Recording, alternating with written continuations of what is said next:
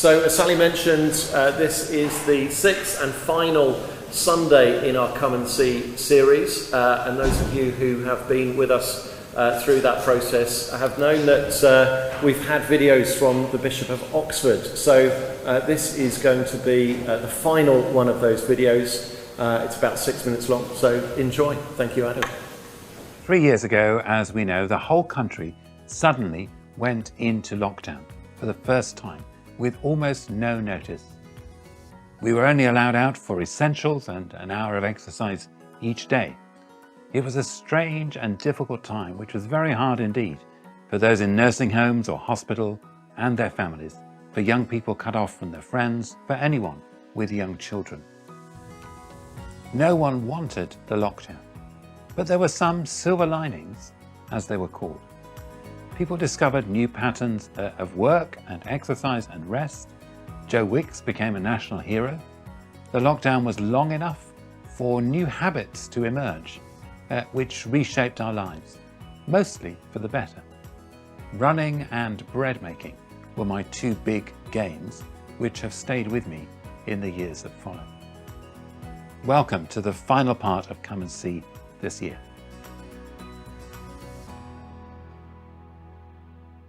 We've explored the Beatitudes as a vision for what human life can be and a mirror in which we see ourselves as we really are, at least in part.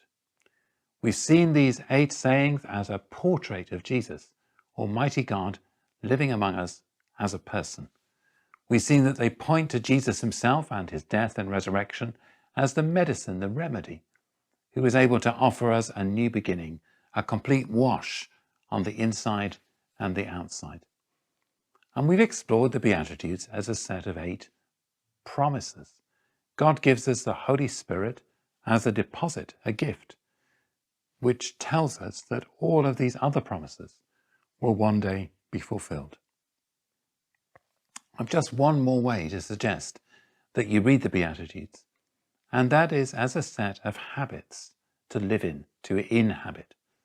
A habit is something we practice regularly. We have good habits like healthy eating and exercise.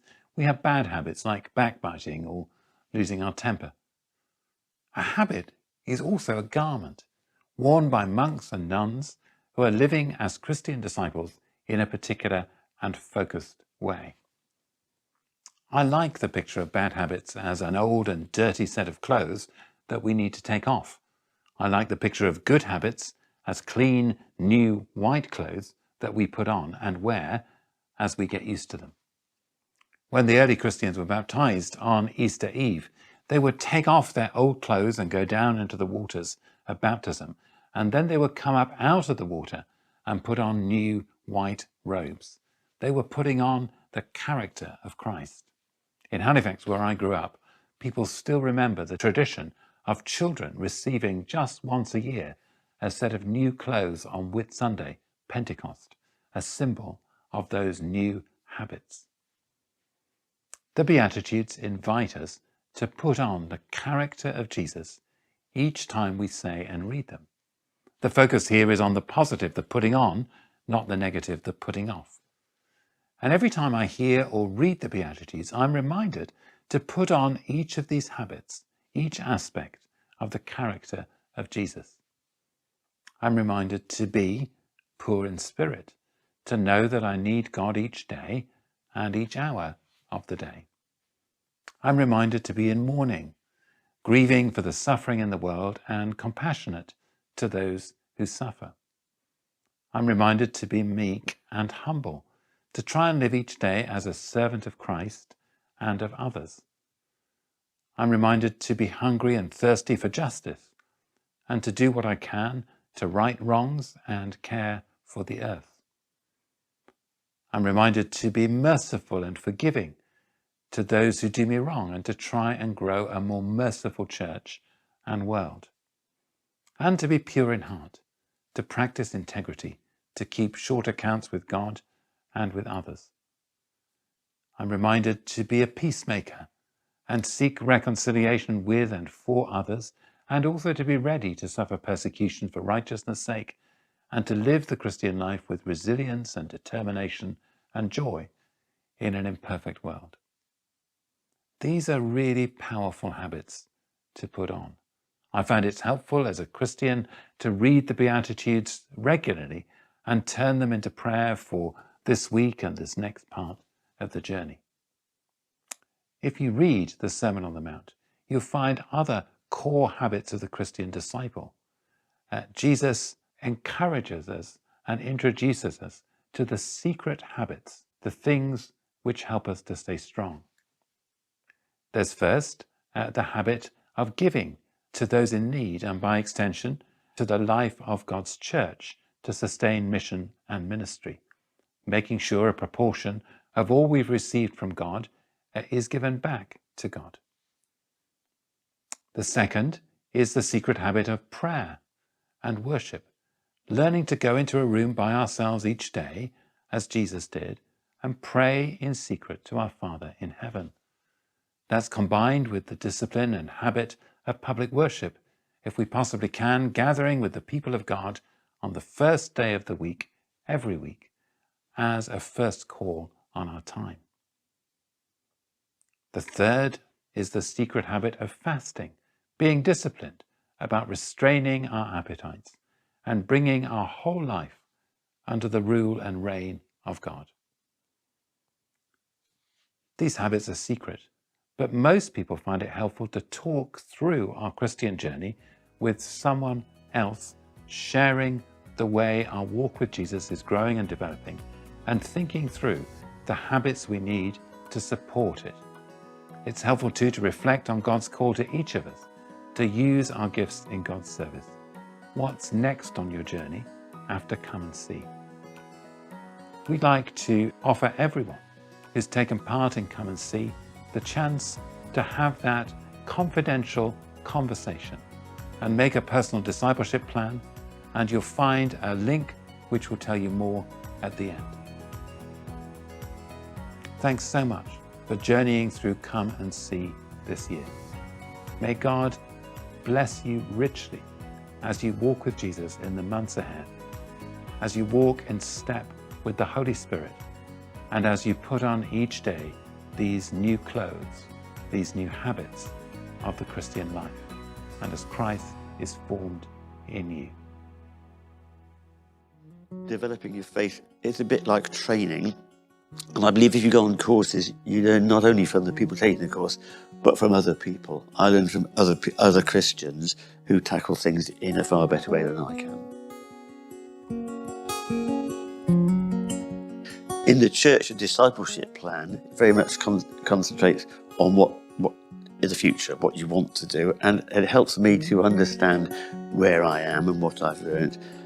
It helps me to consider what I'm doing in terms of prayer and Bible study and so on, and make improvements and continue to strive to put as much as I can into my faith and get as much as I can out of it. I think we've all got different possibilities, and so I've done leading prayers and things like that, and I came to have a conviction, quite a strong one, that actually I might be able to preach sermons. And the bishop has authorised me now to be a preacher of sermons within this church. And I get an enormous amount of, not just the delivery, it's the preparation, the research and so on. And I think my discipleship plan has helped me because it's to convince me that that's the right thing to do.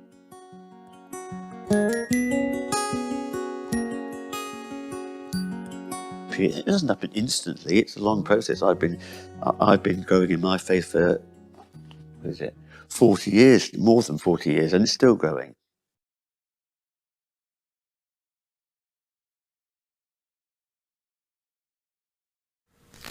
So, good morning, everyone. It's Sunday morning, and therefore it is obviously time for a bit of neuroscience. Yes, honestly. And before we start, the most important question, are there any expert neuroscientists in church this morning? Good, that is a great relief. And so first up, I'd like you to tell me what this image represents. Any thoughts? Shout out. Synopsis? Synapse isn't a bad answer, but it's not the right one. Neural pathway isn't a bad answer, but again, it isn't quite the right one. It's very close. Anybody? Yeah. Synopsis? Synapsis, again, yeah, very good answer, but not what I'm looking for. Yeah? Brainwave. A brain wave. Gosh, we're sort of all round the topic. Shall I put you out of your misery? That is a neuron. Adam, bring up the, there we go. A neuron or a brain cell. So there we go. And yes, if you're doing GCSE biology or psychology, you will probably know that. If you're not, then you probably may not. But to be entirely accurate, what you're looking at on that screen is a whole neuron or brain cell. That's the bit on the left that you can see in its entirety. There's also a bit of another neuron on the right-hand side. And you can see the cell body of both of those, and particularly the one on the left-hand side. And both of those have what are called dendrites. And dendrite, I think it's Latin probably, it means tree-like structures, and you can see that they are tree-like. And what they do is pick up messages from other neurons, from other cells in your brain. And then you've got the axon, that long bit in the middle of the neuron, and that passes those messages from the cell body down to the terminal buttons at the end of the neuron in the form of electrical signals. So in your brain right now there's all sorts of electricity whizzing around, as obviously you're very excited about all this learning that you're getting, and that's prompting all sorts of electrical signals going down those axons towards your terminal buttons. And then the terminal buttons, and this is where we get to synapse, you'll be pleased to know, so there's terminal buttons are firing neurotransmitters from the terminal buttons across to the dendrites of other neurons across the synapse. So the synapse is the gap, if you like, between the terminal buttons and the dendrites of another neuron. And so that's firing off, and that might go to another neuron, or it might go to a muscle or a gland or an organ, essentially, to make all that work. So there you go, you're learning stuff this morning. So next question, and feel free to shout out. What do neurons do? What functions do they fulfill in your body? It's not a trick question.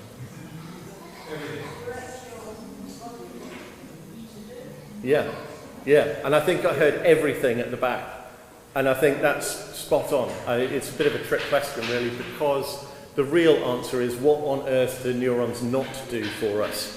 They pretty much govern everything that we do. So as you're sitting there, they are helping you to breathe, thankfully. They're helping your heart to beat. They're helping you to participate with your senses in this act of worship. They're helping you to understand language as you hear it. They're helping you to store all of your experiences this morning into memory. Later on, hopefully they'll help you to consume a cup of coffee and a biscuit and to digest those after that, and ultimately they'll be able to instruct your legs to take you out the door and carry you home. So pretty much everything is the right answer. And so our neurons are the bedrock of all that we are and all that we do. They're the core of our operating system, if you like. So another interesting fact for you this morning.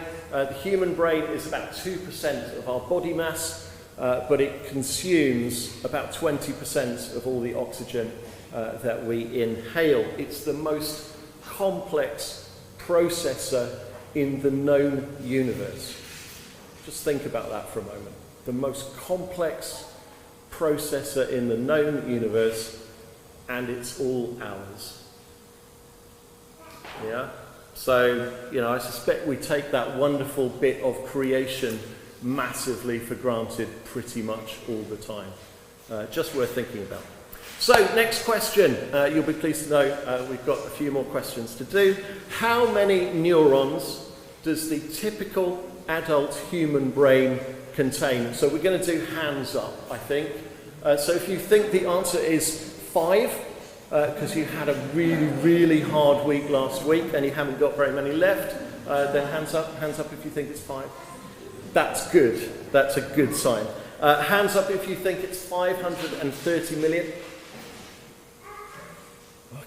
Okay. Hands up if you think it's 6.5 billion. Okay, got a little ripple. And hands up if you think it's 86 billion. Okay, well, it was sort of equally split between 6.5 and 86, so you're in the sort of right sort of ballpark. The answer is a staggering 86 billion neurons in your head. Neuroscientists, again, interestingly, used to figure it was about 100 billion, and what they did was like chop brains of thankfully dead people up into small bits, and then they'd literally count the brain cells, and then they'd extrapolate it, and they've sort of worked out it was roughly 100 billion. But they've now worked out a much more accurate way, and the consensus is about 86 billion. And neurons aren't just in your brain. We have them in our central nervous system, so our spine.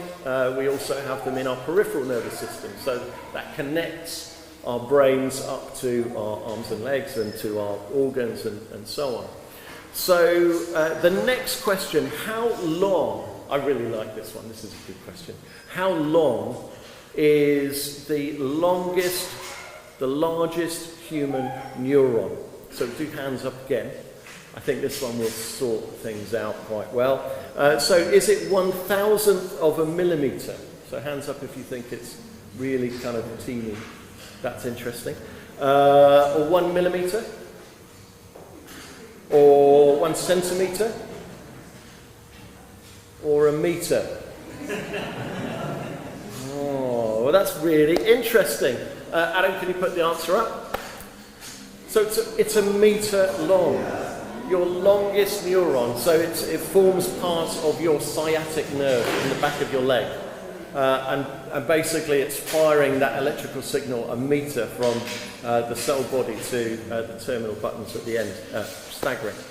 And as we saw earlier on, neurons are connected to other neurons throughout your body, and those neuronal connections bind together to form neural pathways. So I think we had neural pathways. I can't remember who said neural pathways. Alison, was it you?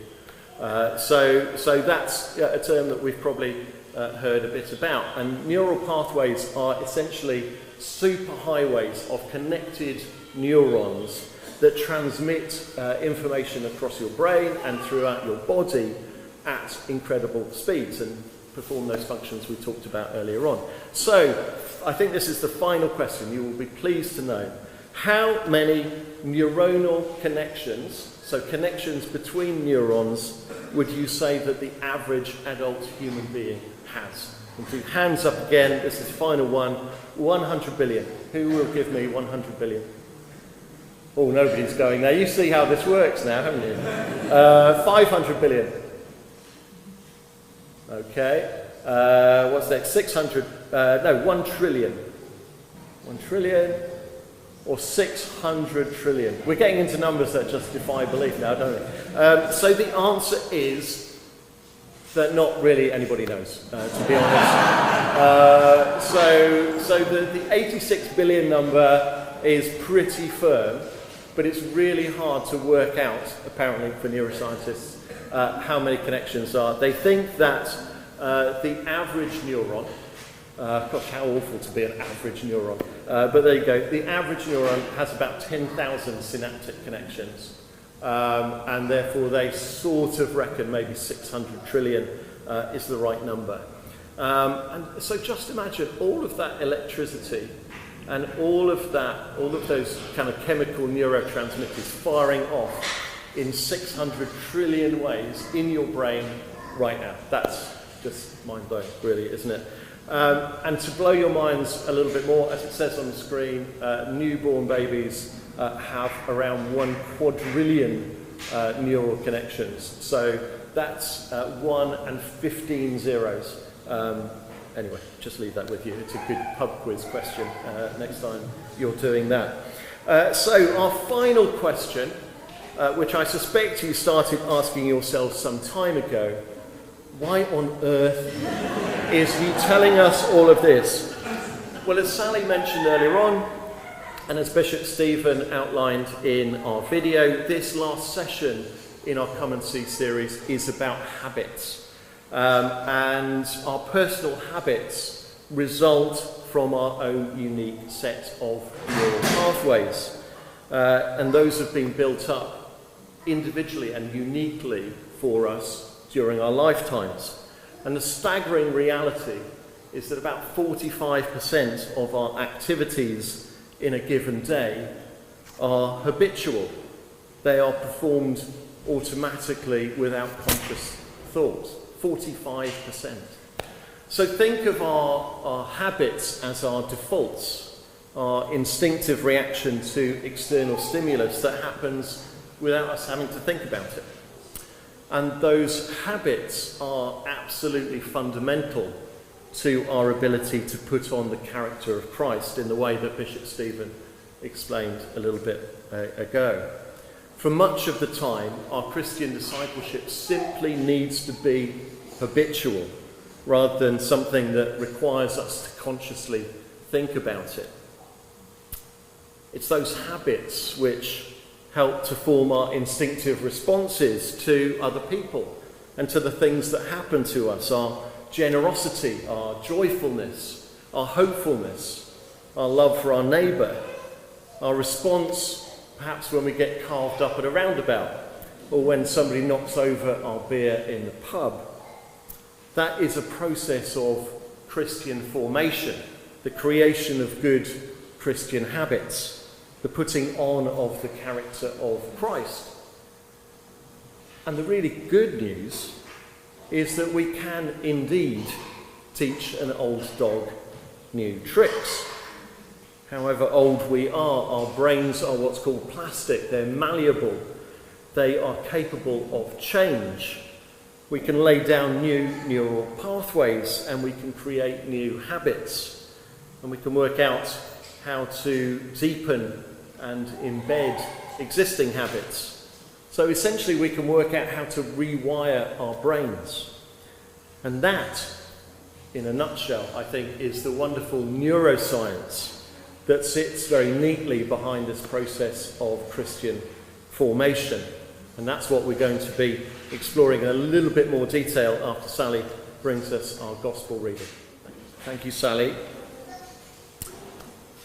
So let's face it, we Christians have an awful lot of habits to try and keep to. As Bishop Stephen outlined earlier, we can see the Beatitudes as a set of holy habits, a holy calling on us from Jesus to recognise our need for God, to be compassionate and humble, to thirst for justice, to be merciful and pure in heart, to be peacemakers and ready to suffer persecution. And then there are those secret habits expressed in the gospel reading that we've just heard from Sally, and which Bishop Stephen also mentioned earlier too, those of giving and prayer and fasting. And we know that there are other places in the Bible too that point to other Christian habits, not least the fruits of the Spirit in Paul's letter to the Galatians, where Paul calls on us to clothe ourselves with the habits of love, joy, peace, patience, kindness, generosity, faithfulness, gentleness, and self-control. Sometimes it can feel a bit overwhelming. How many of us, I wonder, feel like our day-to-day, real-life, habitual selves are still a really long way away from the true nature and character of Christ? The reality of our faith is that we're not called simply to satisfy a set of rules or laws, but to aspire to, and probably never fully attain, a series, a collection of behaviours, of which, of course, the root always boils down to love. So how do we travel further on this journey of formation? Well, the not very helpful neuroscientific answer is practice. The neuroscience tells us that it can take 3 to 6 months of repetitive practice to fully form a habit, to lay down that neural pathway so that it becomes ingrained in our behaviour. And with what we might call the, mega habits of the Beatitudes or the fruits of the Spirit, it can take a whole lifetime of practice. How often, I wonder, do we start and fail on these journeys of formation because they seem so big? Or because some life event intervenes and we slip back to habits that we've had in the past? How often do we not set out at all? At this point, I won't ask how many of us are still keeping to our New Year's resolutions from just 4 months ago. Or indeed, how many of us have pretty much the same New Year's resolutions each and every year. I guess the more useful question is what can help us to keep practicing long enough for that new thing, whatever it is, to become ingrained, to become a habit. And there are a good number of practical things that I think we can potentially take on board. We'll look at those now. Firstly, as Bishop Stephen suggests, we can very usefully pray the Beatitudes regularly, turning them into a prayer for that week and for the current part of our discipleship journey. Or as an alternative, we could regularly pray the fruits of the Spirit, asking the Spirit to guide us as we take on those healthy Christian habits. We might also want to spend a bit of time in self-reflection about our habits.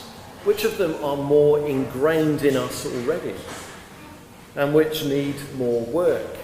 We might feel that we do a pretty good job on joyfulness or generosity, but that we need to spend more time building a habit of humility or patience, for instance. Being honest about our areas for growth can help to provide some clear direction on our formation journey. Thirdly, routine always feels like a key part of our discipleship, and that's reinforced again by the neuroscience. One of the simplest ways to create habits is to base them on specific triggers, events in the day, or times, or locations, our emotional state, or our proximity to other people. So we might seek to establish habits based on when we're in the car, for instance. I really like to pray about stuff when I'm driving on the motorway. It just feels like a kind of sensible way to use that time. Or you might want to establish habits that kick in when you are particularly stressed or anxious or depressed. Those are great times, obviously, to find time to spend with God. An extension to that sense of routine is the idea of the rule of life, which has its basis in Benedictine practice. And there are lots of different formats. I'd recommend simply Googling and typing in rule of life. You will find all sorts of different models and approaches. The important thing here is there are no rules about the rule of life and how you structure it, but that you find something that works for you. And the important thing, I think, is that it creates for us a real sense of intention and routine around our discipleship journey. Another tool for creating, or at least helping to discern intention, and one that the Diocese of Oxford is significantly invested in at the moment, is the personal discipleship plan. And this is a process that can help you to explore your specific gifts and where God is calling you. It's less about habits and more about personal vocation. But ultimately, those two things are obviously really quite connected. The resources are on the diocesan website, and we'll make sure that those details come out to you in our next weekly update. Visualization can be a really important coaching tool for all of us in helping to create healthier and better habits. For our brains, experiencing a vivid image in our minds is almost as powerful as if the experience happens in real life. Staggering, isn't it? You don't have to actually experience something to be able to create that image and to be able to change behaviour.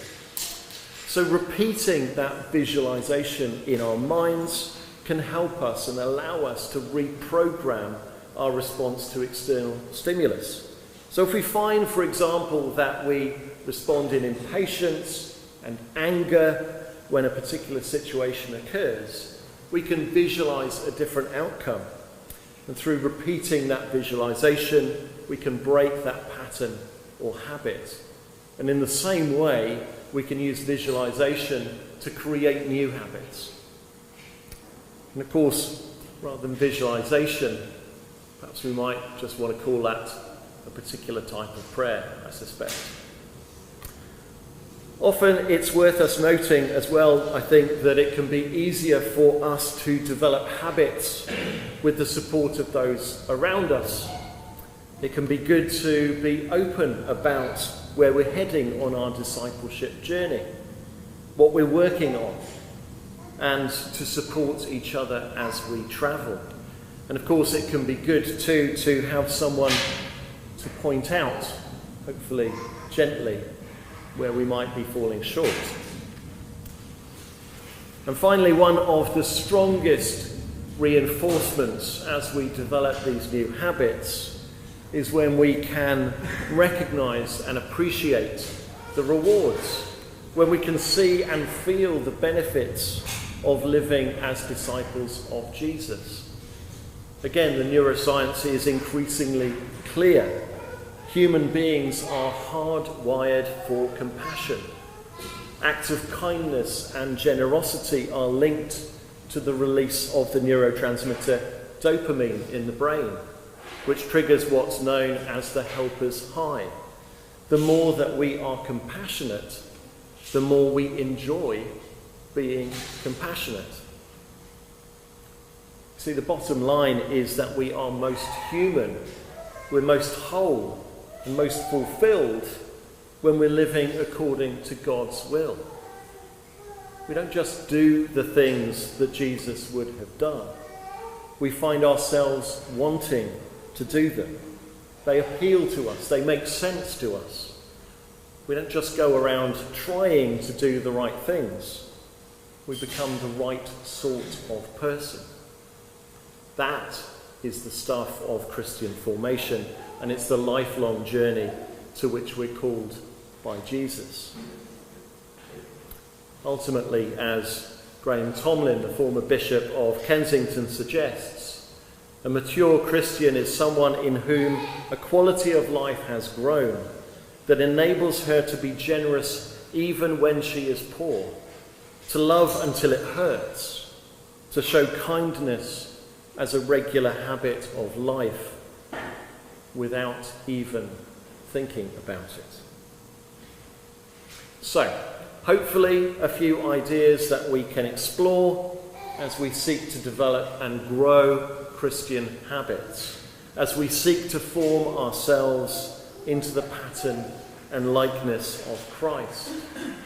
Prayer, self-reflection, routine, intention, visualization, the support of those around us, and perhaps most importantly, the recognition of the rewards of true discipleship.